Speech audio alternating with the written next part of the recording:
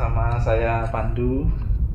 Ini iseng-iseng bikin video jagongan. Kebetulan ini bareng sama teman tetangga sih sebenarnya ya, teman masa kecil yang sekarang merantau di ibu kota. Dia spesialisnya di branding ya, marketing sebenarnya, bukan branding ya. Di marketing di salah satu perusahaan besar ya, mungkin nanti dia akan kenalan sendiri. Ya kebetulan lagi work from home sudah cukup lama, berbulan-bulan, dan dalam waktu dekat akan kembali lagi ke ibu kota. Sebelum balik makanya diculik dulu.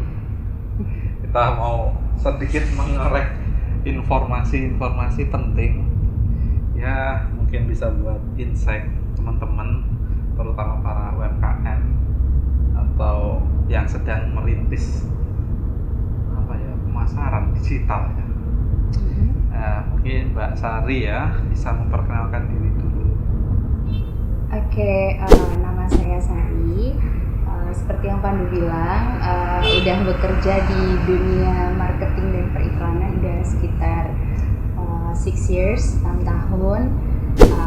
Yang 4 tahun pertama itu aku lebih kayak ke konten tentang digital, terus kemudian social media, website, terus email marketing dan segala macam. Tapi setelah tahun kelima dan sampai sekarang lebih ke digital medianya gitu, kayak untuk paid promotionnya gitu. I think udah perkenalannya seperti itu saja. Selebihnya udah dikenalin sama Pandu sih. Gitu. Kita kontak lagi ya gara-gara lebaran ya, berapa tahun lalu ya, ketika mubeng-mubeng. Halo, iya. Pas ngomongan ternyata. Betul sekali. Jadi kontak. Kebetulan kalau aku sendiri lebih ke organik sih sebenarnya untuk marketingnya, karena ya nggak ngoyo. Delalah ya payu. Delalah ya payu. Ya. Oke, mungkin bisa. Kemarin juga ada temen sih yang nanya tentang marketing atau branding ya untuk UMKM. Kan selama ini mungkin kliennya Sari itu kan mereka udah brand-brand gede yang punya budget luar biasa ya untuk marketing. Nah, kalau UMKM nih, mungkin ada nggak pendapat? Ya mungkin pernah juga ya yang UMKM yang budgetnya minim, itu menurutmu gimana sih enaknya untuk masarin produk? Ya mungkin mulai dari penentuan segmen pasar, atau ya kalau di UMKM mungkin nggak akan sedetail untuk brand gede ya, cuma mungkin ada gambaran lah biar mereka nggak terlalu nggak spend budget terlalu besar untuk hal yang mungkin mereka sendiri nggak ngerti. Kalau buat UMKM sebenarnya cara mainnya sih bukan yang beda banget gitu sih sama kayak brand-brand besar gitu. Pastinya namanya juga mulai marketing itu udah harus punya namanya marketing plan. Setahun tuh mau ngapain? Atau nggak usah panjang-panjang deh, misalnya kayak per bulanannya atau per 3 bulannya tuh mau ngapain gitu. Dan kalau bisa bicara budget, kita bisa start dari social media sebenarnya yang paling murah gitu. Karena social media itu kan sebenarnya tanpa kita bayar pun mereka itu available untuk bikin kayak brand account-nya dan segala macam gitu kan. Kalau brand account udah jadi, terus udah gabung ke IG shop, kan berarti tinggal nyari follower gimana gitu kan. And then cari follower juga nggak gampang these days gitu, karena platform atau kayak social media juga hari gini udah nggak kayak dulu gitu. Algoritmanya udah diatur untuk memang memaksa sebuah brand atau sebuah corporate gitu untuk bayar gitu kan. Memang algoritmanya udah diganti gitu, nggak seperti dulu. Nah tapi good thingnya adalah biayanya belum mahal gitu kalau untuk social media, mungkin karena juga base audiensnya besar ya, jadi murah gitu. Paling dengan 100 rupiah, dengan misalnya per 1000 kali iklan kamu tayang, atau satu CPM, satu cost per mile-nya itu paling cuman sekitar 5.000 sampai 8.000-an lah kayak gitu. Nah tapi biar efektif yang pastinya mesti diketahui kan kayak target audience lo tuh siapa gitu, lo harus tahu gitu produk lo ini cocoknya atau dibelinya potensial buyernya tuh siapa gitu. Misalnya kayak ibu-ibu, atau misalnya kayak teenagers, atau misalnya bapak-bapak, atau misalnya millennials goals dan segala macam itu harus di define di awal seperti itu sih paling.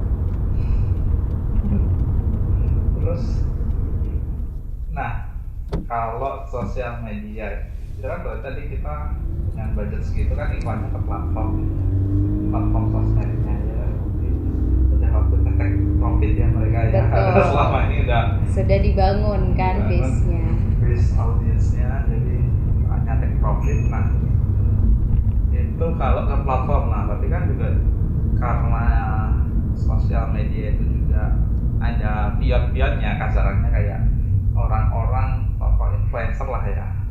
Nah, pion, oke. kan semacam pilar kan, mereka Iya. cukup menonjol atau selebnya, superstarsnya. Kan ketika budget iklan itu bisa murah di sosial media dengan memanfaatkan platform media sosial itu. Tapi kan juga sebenarnya gini, karena banyak juga sih yang alami boncos lah kasarannya ya. Karena emang mereka mungkin nargetin untuk misal iklan udah habis banyak, ternyata nggak laku sama sekali. Dalam kasus ini ketika jualan produk. Nah, jadi menurutmu penting mana sih antara iklan melalui platform media sosial dengan iklan melalui influencer yang notabene mereka ada di platform tersebut dengan banyak pengikut ya, tentunya dengan influencer yang punya kategori yang beda-beda. Ya sebenarnya memilih mau bayar social media buat iklan gitu lebih luas apa bayar influencer, sebenarnya tujuannya itu berbeda, itu yang perlu harus dipahami. Pun brandnya adalah sebuah UMKM, ya tetap kedua channel itu mempunyai fungsi yang berbeda. Kalau misalnya social media, iklan di social media itself, kayak misalnya kita bikin iklan di Instagram, di Facebook, itu udah otomatis sebenarnya tujuannya adalah mass audience gitu, atau audience yang size-nya lebih gede, ukurannya lebih gede, jangkauannya lebih banyak kayak gitu. Tapi sementara kalau misalnya kayak influencer, dia lebih buat credibility, membangun credibility dari brand kamu, bukan untuk reach yang massive gitu kan. Paling yang lihat 1% dari followernya secara organik gitu, walaupun followernya 1 juta, nggak 1 jutanya juga yang nonton gitu kan, dan harganya pun nggak ada market rate gitu, harganya suka-suka dia punya harga gitu kan. Ada misalnya follower banyak tapi harganya jauh lebih murah daripada yang follower dikit, ada gitu, karena dia merasa engagementnya lebih gede gitu kan. Jadi it depends gitu, dan fungsi dari influencer sebenarnya adalah credibility dari brand gitu, kayak kasarnya advocacy lah dari real user gitu, karena seolah-olah influencer ini adalah real user gitu, real consumer yang punya review terhadap produk, udah gunain dan segala macam. Apalagi beberapa dari mereka kan memang kita mau deny or not, mereka tuh influential banget gitu, masih banyak follower yang gampang ikut gitu, apa yang mereka pakai, apa yang mereka gunain kayak gitu ya. Jadi ya efektif sih gitu untuk trial ya, maksudnya untuk produk trial. Tapi kalau untuk awareness yang massive dan lain-lain ya jangan pakai influencer, karena you need more people to see gitu kan, jadi harus pakai social media ads. Nah itu tadi kan ketika itu sosok influencernya orang, lek koyo akun-akun follower banyak, menurutmu piye? Kayak tau jual gitar lah ya. Ini ada terselubung ya pertanyaannya. Menurutmu cuma just in case kan, karena emang kayak ini kan dia kayak akun media seperti media belajar gitar misalnya, studi kasus, itu kan dia sebuah akun Instagram yang memang target audiensnya orang-orang gitar yang suka jalan lah kasarannya, kita segmennya kayak gitulah ya. Dan tentunya dia dan sampai saat ini emang sengaja sih nggak dibuat ada sosok orang yang ada orangnya lah kasarannya, ini anonim lah ya. Menurutmu piye untuk itu tadi? Ya, jadi influencer marketing itu sebenarnya ada 2 ya. Yang pertama adalah kita sebutnya biasanya social buzzer, yang which is yang kayak JB gitu, kayak Oke, maksudnya buzzer ya. Kayak Info Jakarta misalnya, or kayak Info Blitar, Lambe Murah gitu, atau Vocative, USS Feeds. Oke. Itu semua adalah social buzzer kita sebutnya. Jadi mereka itu tugasnya itu bukan untuk trial atau product advocacy, nggak kayak gitu, tapi mereka lebih buat credible info gitu. Jadi informasi-informasi yang lebih bersifat kredibel dan biasanya mereka dipakai untuk level atau segmen atau cluster tertentu. Level atau segmen tertentu ini bisa baik dari aspek geografinya ya. Jadi misalnya kayak Jajah Blitar ya di Blitar gitu, atau Info Semarang ya di Semarang, event Jakarta di Jakarta gitu. Biasanya mereka lebih digunakan untuk local base kayak gitu, atau segmen tertentu. Misalnya kayak Vocative, Vice gitu, atau misalnya kayak BOA atau USS Fit, itu kan punya cluster audience yang sangat niche sebenarnya. Maksudnya orang-orang millennials yang bisa dibilang sangat millennials gitu. Maksudnya mereka anti-mainstream, mereka pemikir, mereka kreatif. That's why kita pakai buzzer-buzzer tersebut gitu. Jadi itu sebenarnya bedanya. Tapi kalau misalnya yang KOL atau yang key opinion leader, ada figurnya, ada sosoknya yang dia itu voice-nya dia itu bukan untuk credible info ya, tapi lebih kayak review, advocacy produk, terus bikin orang mau nyoba, endorsement lah kayak gitu. Oh, I see. Ya mungkin ada nggak sih kayak studi kasus ya mungkin selama ini kan berganti agensi itu perlakuan ya mungkin untuk tiap kategori produk itu kan kayak beda kan, terutama mungkin ya F&B, rata-rata UMKM aku lihat sih F&B ya paling banyak dibanding produk-produk lain, misalnya kayak sepatu ya, mungkin karena kapasitas produksi UMKM itu skalanya masih kecil dan itu pakai makanan cepet. Nah itu ada nggak sih kayak perbedaan strategi pemasaran ya untuk UMKM yang di F&B atau maupun kategori-kategori lain, dan menurutmu gimana sih cara cari tahu aku misal jualannya jualannya kopi lah ya, soalnya kan ada kedai kopi ruang tua. Nah itu menurutmu kayak kasus kayak gitu itu gimana sih sebenarnya kita nge-breakdown ternyata target pasar itu sebenarnya anak muda. Ya sebenarnya bisa sih, kayak sekarang aku ngira bahwa kayak di ruang tua nggak mungkin cewek-cewek hits kekinian itu nongkrong di situ, nggak mungkin banget. Kenapa tuh? Karena menurut kamu? Menurutku nggak cocok untuk mereka. Ini bukan tempat yang instagramable karena mayoritas yang datang ke sana emang kebanyakan cowok. Selain itu juga cewek ada, cuma ya udah jadi kayak pelanggan tetap karena di sana mereka yang dicari sebenarnya suasananya ya, bukan di tempat hits. Karena ya suasananya yang buat foto lah ya, karena sekarang kan anak-anak hits milenial wes ini namanya, mereka cari tempat untuk foto, sedangkan di sana tidak memberikan itu. Karena kamu juga ya ngerti ketika main ke sana ya dengan suasana seperti itu kayaknya nggak banget untuk, bahkan untuk vibes-nya untuk anak-anak yang hits kekinian kan nggak banget. Biasanya kan mereka cari tempat yang terang, lighting-nya bagus buat foto-foto. Atau ke ruang-ruang kayaknya lebih ke remang-remang ya. Siap dong. Ya sebenarnya itu pentingnya untuk define what and where your product is atau your brand is sebenarnya gitu. Kayak kamu tuh nge-branding produk kamu atau misalnya label kamu tuh seperti apa gitu kan. Kayak maksudnya you bikin kopi. Ya everywhere ada coffee shop gitu. Even di kota kecil kayak Kota Blitar juga coffee shop udah bertebaran di mana-mana dengan dengan tampilannya masing-masing gitu. Nah, tapi untuk tampil seperti apa, mau dipersepsikan seperti apa sama market, itu kan first thing first adalah you have to define where you stand for gitu kan. Kayak misalnya ruang tua, you pernah ceritakan ke I kayak, iya di sini tempat kumpulnya orang-orang kreatif, kan? Tempat tempat bertemunya gitu. Itu tuh tanpa kamu sadari sebenarnya itu positioning yang sedang dibangun gitu untuk ruang tua gitu kan. Kita sebutnya unit selling point-nya apa gitu, dan dari unit selling point then you define your target audience gitu kan. Siapa sih yang akan buy this gitu, buy the brand, buy the product gitu. Kalau buy the product, everyone yang drink coffee dia maksudnya dia nggak akan banyak milih ya. Maksudnya kopi seberapa banyak sih beda rasanya gitu kan. Mereka akan sama aja kayak beli di tempat A sama tempat B sama gitu.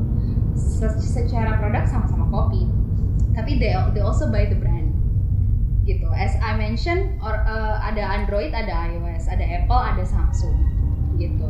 Why you buy Apple? Padahal sama aja, functionality-nya ada di misalnya di Microsoft gitu, nggak di iOS doang, nggak di Apple product doang, tapi di Android pun bisa gitu, atau di Microsoft atau PC bisa gitu kan. Functionality-nya basically sama, but people are still buying Apple more. Maksudnya keinginan untuk buy Apple tuh more than yang biasa yang mainstream. Bahasa mereka adalah Android itu mainstream gitu. Ya kenapa? Because they believe in the brand gitu. Bahwa brand iOS ini adalah brand yang bagus, yang prestis, sehingga they buy it. Orang kalau melihat mereka punya iPhone kan kayak wah gila nih anak punya iPhone gitu kan. Dibandingin kita punya Samsung ya elah semua orang juga punya kan gitu kan. Walaupun Samsungnya sebenarnya Samsung yang setara gitu sama iPhone 12 misalnya kayak gitu kan. Jadi itu pentingnya gitu. USP-nya apa? Unique selling point-nya apa? Terus how you want to be seen, how you want to be heard by the audience atau by the market gitu kan.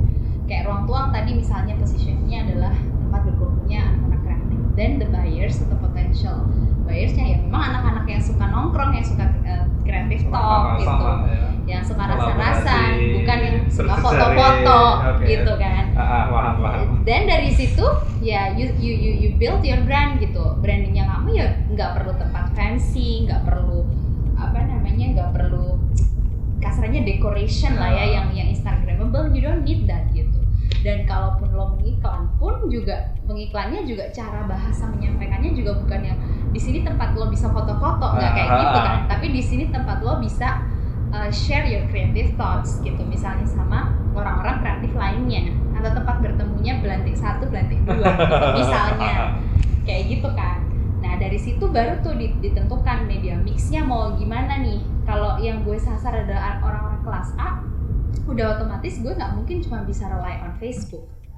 Kelas A nggak main Facebook gitu. Kelas A mungkin dia mainnya lebih ke Twitter atau misalnya ke LinkedIn kayak gitu kan. Tapi kalau kelas menengah ke bawah ya udah otomatis lo mesti barbar banget di kayak YouTube atau misalnya Facebook, Instagram, itu udah must to do gitu. KOL pun juga demikian. Kalau lo punya target audience yang middle low, you don't need a fancy KOL like Nana Mirdad misalnya atau siapapun. You need more yang mikro KOL atau kelasnya paling gede atau paling tinggi makro lah gitu. Nggak perlu yang sampai mega KOL lo butuh gitu kan.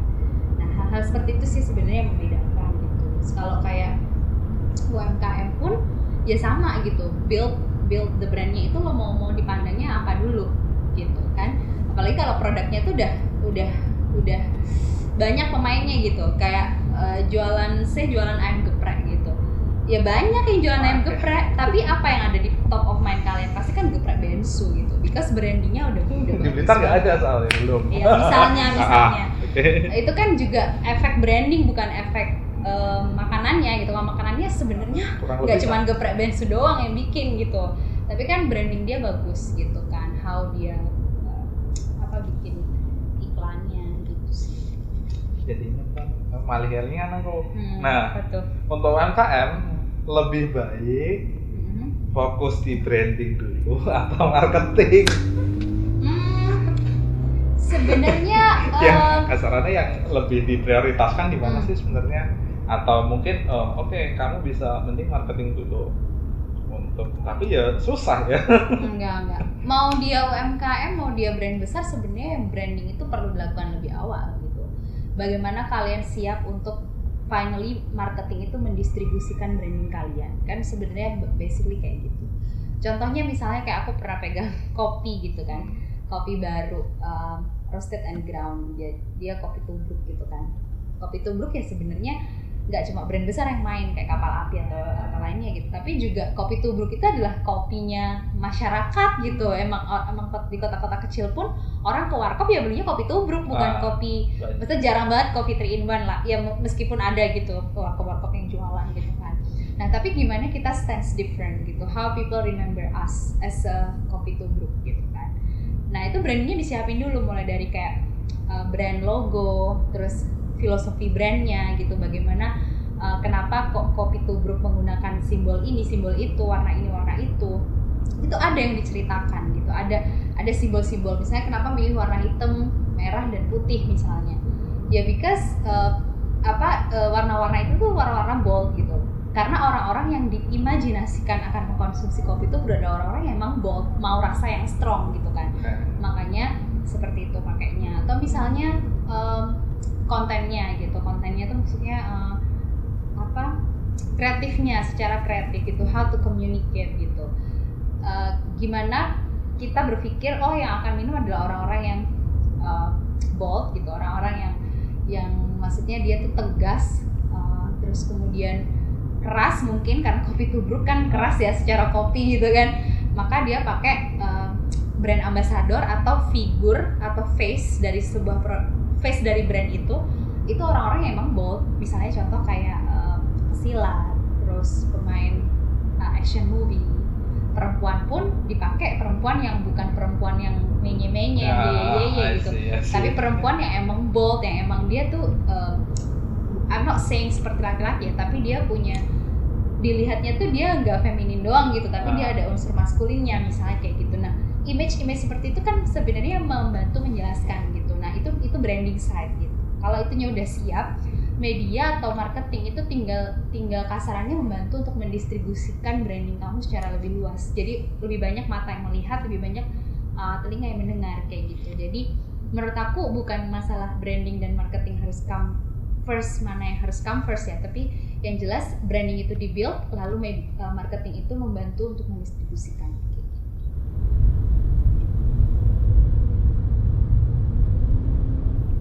Nah ya, studi kasus sih, kayak beberapa waktu lalu kan sempet kan ada salah satu brand ya yang iklan blocking di semua media sosial kan untuk openingnya. Nah itu merupakan, tapi kan ya namanya orang ya ada yang nggak ngerti tuh dengan istilah iklan yang hindi orang enak ya, orang payu ya. Nah itu menurutmu? Gimana ya, kalau iklan itu sebenarnya banyak objektif ya. Jadi setiap namanya marketing itu kan ada, orang nggak mungkin beli sebelum dia tahu produknya. Orang nggak mungkin beli juga walaupun dia tahu produknya kalau dia nggak merasa ada alasan untuk beli. Nggak akhirnya nggak consider untuk beli. Misalnya dia udah lama pakai brand lain, atau misalnya brand itu udah pernah dipakai orang tuanya jadi turun temurun, misalnya legacy gitu kan, banyak alasannya gitu. Makanya secara marketing pun kita punya funnel gitu. Kita ada awareness, consideration,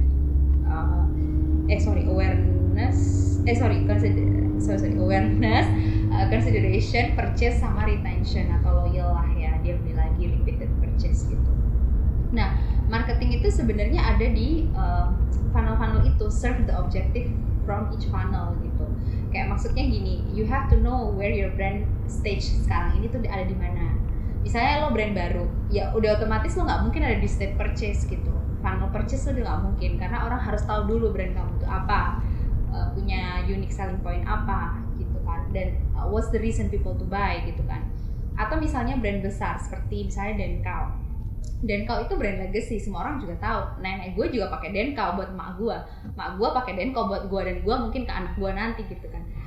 Dia stage-nya udah nggak di awareness lagi, stage-nya dia udah di repeated purchase misalnya kayak gitu. Nah, kalau misalnya kita merasa kita udah ngiklan banyak tapi kok belum ada yang beli, ya berarti lo masih di stage mana gitu. Lo mungkin masih di stage awareness ya. Lo tuh harus ngiklan biar sebanyak mungkin orang tuh tahu brand lo dulu dan inget gitu. Tahu brand kamu, misalnya kita udah nge-reach banyak orang, misalnya 49 million people knows our brand because kita punya iklan, punya expose mereka misalnya. Belum tentu itu diingat. Harus berkali-kali dulu, harus main frequency dulu sampai orang tuh top of mind gitu. At least nggak top of mind tuh, at least tahu, recall gitu ketika mereka ke supermarket atau mereka beli online, oh brand yang ini. Nah kayak gitu. Dan marketing itu adalah long term investment yang nggak bisa besok harus jadi sales, nggak bisa seperti itu gitu. Karena cycle orang beli yang tadi gitu, mungkin dia aware hari ini, besok lupa, harus diingetin lagi. Terus udah inget, dia harus diyakinin gitu kan. You buy this product, you will get this misalnya. Atau you buy this product, it's better than your other product, atau produk yang lo pakai sebelumnya gitu. Mereka harus yakin dulu gitu kan. Nah mereka udah yakin, mereka udah pernah beli sekali, then next jobnya adalah how to make them buy again, how to make them repeat order gitu kan. Misalnya dengan promo-promo, kayak misalnya buy one get two, atau misalnya buy yang ini dapat yang kecil, misalnya kayak gitu. Nah program-program kayak gitu kan mesti dipikirin gitu. Dan tidak ada namanya marketing budget itu wasted, nggak ada gitu. Karena udah pasti itu udah long term investment gitu sih. Jadi nggak bisa yang langsung turn to be sales. Kecuali lo emang udah semua orang aware, semua orang udah believe, dan nggak ada challenger brandnya, ya mungkin bisa marketing budgetnya langsung jadi sales. Aku jadi kepikiran nih sama teman-teman, ada beberapa teman dia mainnya di Facebook Ad lah ya, kasarannya dia bikin, ya ini mungkin strateginya mereka, karena aku lihat justru mereka itu kayaknya nggak building brand, tapi mereka cuma jualan produk, bikin campaign bidding ads, dimana campaign itu bisa menghasilkan sales banyak. Ya cuma setelah mendengar kayak pemaparan kayak gitu tadi, mungkin mereka akan, ya kalau kayak gitu kan sayang gitu, dalam artian sayangnya gini, orang nggak akan tahu nama brandnya, cuma orang tahu produknya, dan orang nggak akan beli ketika dia nggak iklan. Ya nggak sih? Betul Ya, sayangnya itu kan, jadi aku jadi mikir ke teman-teman yang selama ini main Facebook Ads, ya emang ada kan beberapa teman di circle itu emang dia fokus di Facebook Ads untuk masarin produk, bagaimana mereka spend budget seminim mungkin dengan closing dan keuntungan segede mungkin. Bahkan mereka untuk memilih produk itu ada temen yang bikin target ya minimal keuntungan untuk satu kali penjualan adalah 50.000. Kalau nggak gitu nggak bisa nutup budget. Sebenarnya itu bener banget. Maksudnya yang kayak marketing without branding is something yang nggak akan long term. Artinya kalau lo maunya instan ya akhirnya berakhirnya juga instan gitu. Kalau nggak ada iklan akhirnya nggak ada yang beli. Because people buy product bukan buy brand gitu kan. Aku pernah mention ya, kalau nggak salah to viewer anyone. Marketing itu ibarat kita ngajakin orang makan, ya. Marketing, misalnya kita mau asking someone to date gitu for a dinner or something. Marketing itu adalah bagaimana kamu mengajak orang itu, how you invite those people to go with you on the date. Nah, sementara branding itu adalah the reason why finally they decided to go to a date with you. Jadi ibarat kata buying something, marketing itu adalah bagaimana kita mengajak orang untuk beli, tapi branding itu bagaimana orang yakin untuk finally menerima ajakan kita gitu. Jadi itu bedanya. Artinya bahwa branding itu penting karena it's psychological gitu loh. Kayak branding itu kan sebenarnya kayak gak ada wujudnya kan. Yang ada wujudnya kan produk. Nama gitu. lah ya. Iya, nama doang, visualisasi doang gitu, yang semuanya tuh di kepala sebetulnya. Nah, apapun yang ada di kepala itu sebenarnya adalah yang stay long gitu. Maksudnya kayak gini deh misalnya. Dan kau warna apa? Kuning. Buat apa? Dan kau itu produk apa? Susu. Inget kan gitu. Padahal itu semua nggak ada wujud, semuanya sebenarnya dari kepala doang gitu. Padahal yang kuning itu nggak cuma Denkau, yang kuning itu ada I don't know many other products, many other brands gitu. Tapi that what makes people remember. Jadi hal-hal inilah gitu. Kalau misalnya lo cerita deh ke temen lo atau ke siapa gitu kan, ke keluarga misalnya, misalnya bicara tentang produk susu gitu kan, pasti kalau namanya produk susu itu baik banget brandnya kan. Kalau secara produk doang itu gampang diceritakan, tapi kalau orang udah bicara brand itu pasti stick gitu. Produk susu tuh banyak banget gitu, tapi ketika you say Denkau, oh yang itu gitu. Nah itu yang dimainin gitu, psychologicalnya people yang sebenarnya dimainin di branding. Akhirnya mereka believe, oh ini brand punyanya Nestle, oh ini brand berkualitas, oh ini brand gizinya banyak misalnya, then I like gitu. Tapi kalau produk susu doang, ya lo kalau nggak promo, kalau nggak diiklanin, ya nggak ada yang beli. Ya apa yang orang ingat dari produk susu, sama aja kan sama yang lain. That's what makes different gitu sih. Oke. Lumayan lah, ini ada rotok mikir kali ya. Mikir apa tuh? Boleh. Oke. Apalagi ya? Ya apa yang mau diketahuin? Itu menarik sih sebenarnya. Jadi ya, aku juga lihat teman-teman, ya aku sendiri emang memutuskan untuk nggak terjun ya, karena aku ketika aku keluar budget marketing aku pengennya bisa ngontrol dari produksi atau minimal aku produsen lah ya, sehingga aku mau melakukan budget untuk benar-benar promo. Bahkan terus saya aku kan jualan sambal pecel pun nggak pernah tak iklanin, semua organik lah, kayak produk-produk yang nggak bisa aku handle produksinya benar-benar organik, nggak tak ada belas lah kasarannya, budgeting nggak ada.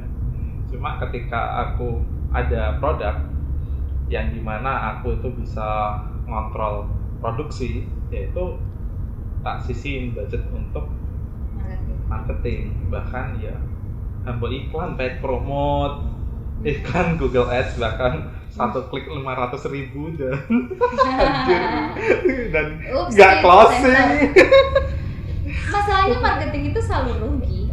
Pasti dia selalu rugi. Coba pikirin Shopee yang sudah sekian ratus juta pengunjung tiap bulan, sekian juta transaction every mega sales day. Menurut kalian Shopee udah untung? Enggak, sama sekali. Dan itu udah bertahun-tahun seperti itu, karena marketing itu pasti rugi. Dia itu kalau bahasa company itu kan di banyak division ya, ada finance, ada marketing, ada production, ada R&D dan segala macam. Marketing itu divisi yang cuma ngabisin duit. Pasti kayak gitu dimanapun, mau brand besar, mau brand kecil, mau UMKM pasti kayak gitu. Marketing lah tempat buang uang, tempat ngumpulin uang adalah sales gitu. Tapi sales tanpa marketing nggak jalan gitu. That's the difference. Kayak orang selalu bingung kan, kayak apa sih bedanya marketing sama sales gitu. Ini jadi agak melenceng sedikit, tapi supaya tahu aja. Sales itu bertanggung jawab untuk mendistribusikan produk.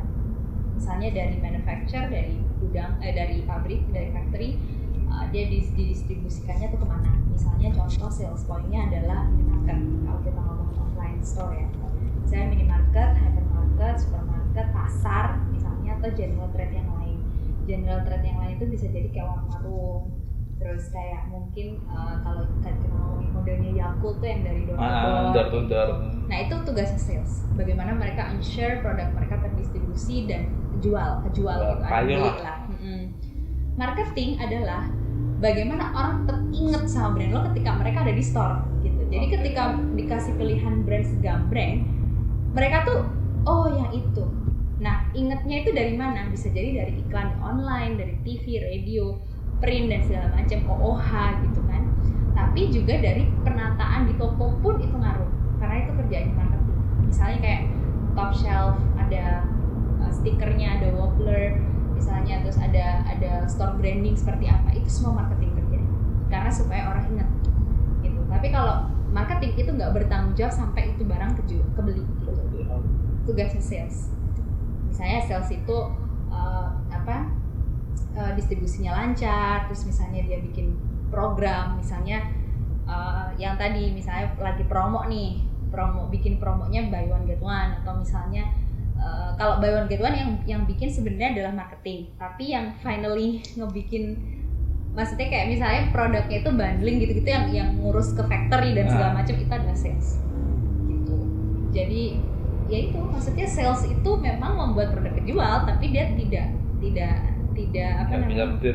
mikirin gimana caranya orang inget gitu sama brand. Ketika dia berjalan di store, ketika dia pergi ke warung, dia mau beli pasta gigi, kenapa ingetnya Pepsodent, kenapa nggak Ciptaden, kenapa nggak Colgate, kenapa nggak apa yang lain-lain gitu, misalnya kayak gitu. Itu kan kerjanya. Oke, paham. Lumayan banyak dagingnya ya guys. Daging semua guys. Karena ya ini hal-hal semacam ini jarang gitu loh, teman-teman UMKM dapat akses informasi yang kayak gini, karena ya mungkin memang akses untuk ke brand itu juga susah ya. Betul, kalau UMKM biasanya karena memang belum besar, biasanya sih jadi satu ya, orang sales ada orang marketing. Tapi harus tahu nih scope fungsinya seperti apa gitu. Kita udah marketing, udah core di social media, udah bakar duit lah buat ads gitu, nyatanya produknya nggak bisa diakses, ya terus apa gunanya gitu kan. Jadi itu sih sebenarnya yang perlu dipastikan.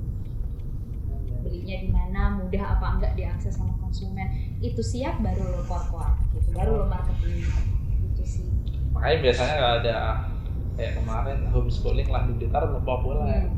Aku juga coba sih untuk ya, kita bikin konten dulu lah yang relate lah ya dengan homeschooling, dan nanti di satu positif ketika kontennya udah cukup lah ini untuk modal iklan kasarannya ketika kamu iklanin di mass audience itu orang lihat konten dan buka profil, nah itu ada hal-hal yang relate dengan produkmu sehingga orang bisa belajar lebih. Karena selama ini aku sendiri juga ya belum main di paid ya, karena memang fokusnya di organik. Lewat SEO, bahkan kayak di Lejak Blitar itu nggak pernah sama sekali iklan.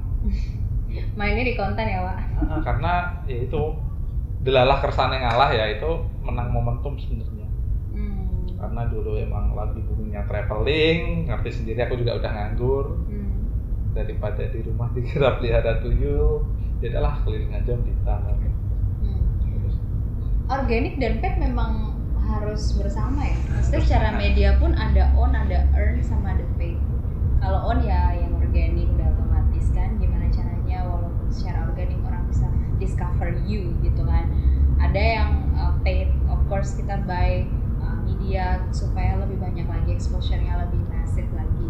Lalu dari massive exposure mungkin ada orang-orang yang suka sama brand kita dan dia nge-share ya semacam endorsement gitu, akhirnya getok tular gitu kan, semuanya dia share. Nah itu earn media. Nah tiga-tiganya itu harus berjalan gitu dalam sebuah bisnis atau dalam sebuah brand, itu tiga-tiganya harus jalan.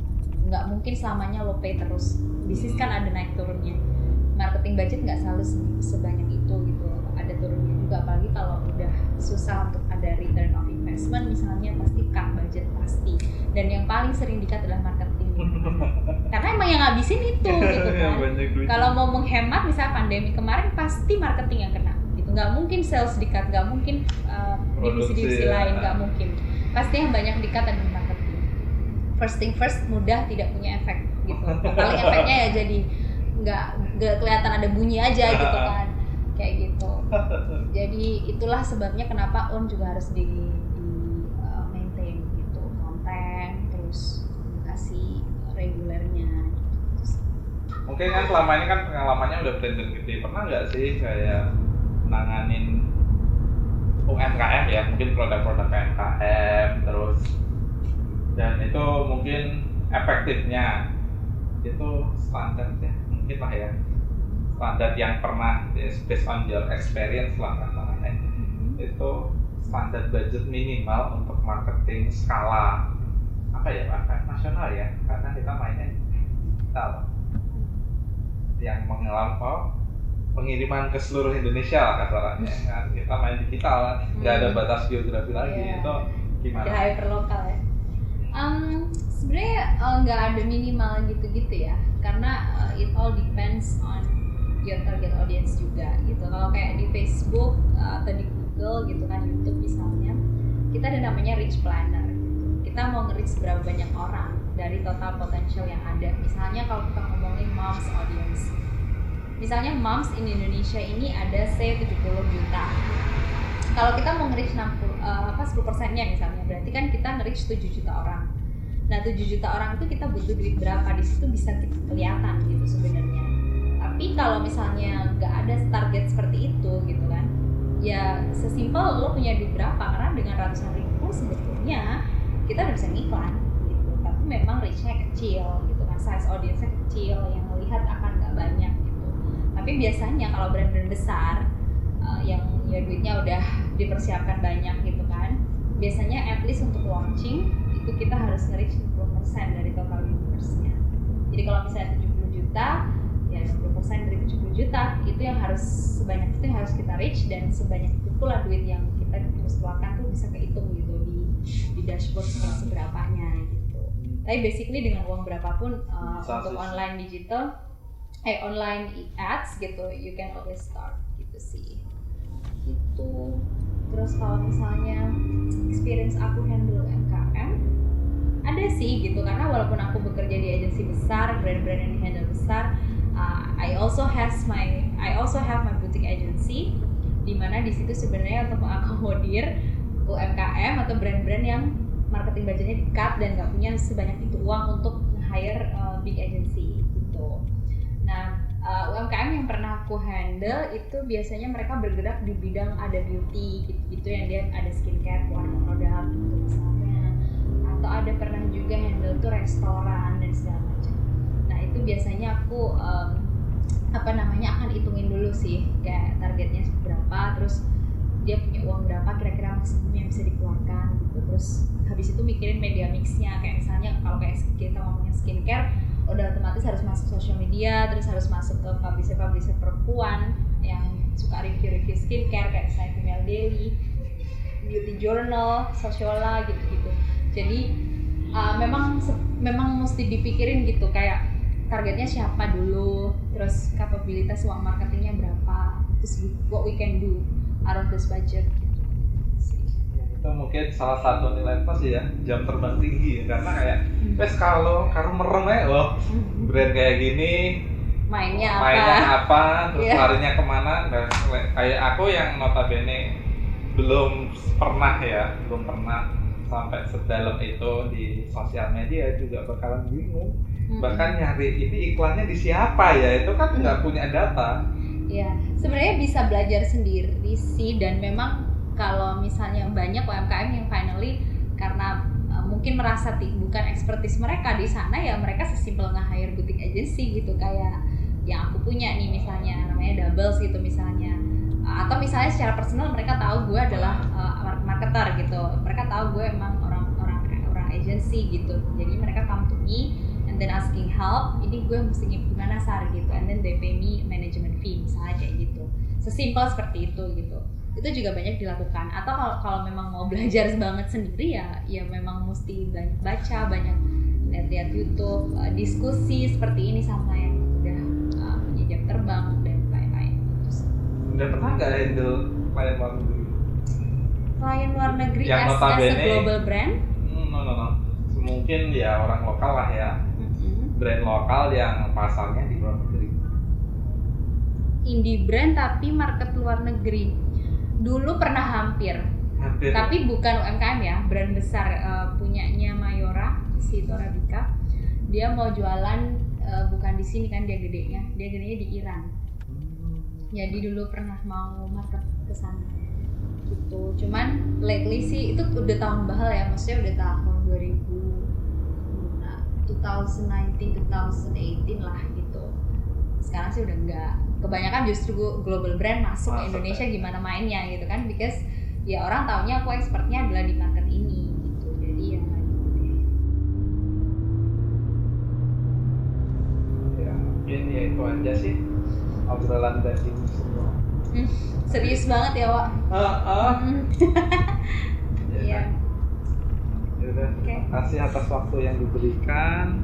Ya, teman-teman mungkin kalau mau tanya-tanya atau ngobrol, ntar dibaca aja di deskripsinya ya. Aku mau nulis apa juga bingung ngomong apa. Nanti di deskripsi YouTube tak tulislah. Kalau mau kontak Sari, mungkin mau kerjasama kayak atau mau kerjasama sama aku juga gak apa. Karena pada dasarnya kita sama. saling belantik ya kita ya. Belantik printer lah. Ya. Mungkin ini video pertama ya tentang ngobrol-ngobrol. Nanti kedepannya pengennya ada lagi sih video-video semacam ini, cuma ya sumbernya beda. Dengan topik-topik yang menarik tentunya, yang anti mainstream lah ya. Bosen kalau semua bahasnya itu aja. Ini hal-hal yang mungkin orang-orangnya nggak populer, tapi mereka punya hal-hal yang menarik untuk dibagikan. Ya, jadi cukup sekian ya teman-teman video kali ini. Kita mau melanjutkan perjalanan. Sampai jumpa lagi di video selanjutnya.